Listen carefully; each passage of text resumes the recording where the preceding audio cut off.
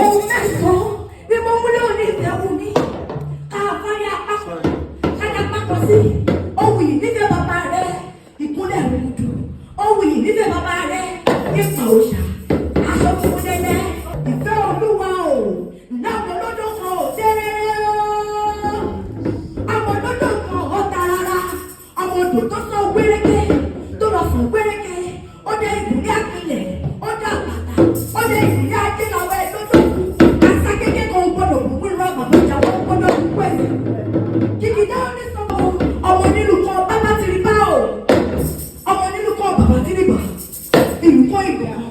Èyí tó fà lọ́kùn ṣe akéde pété rí ló fi ṣoṣo rẹ̀. Oní kíkẹ́ ń gbọ́dọ̀ jó, ìran àbàjá wọn gbọ́dọ̀ jẹ́sẹ̀. Kìkìdá onísọ̀mọ́ rán ní ọjọ́ ìlú náà.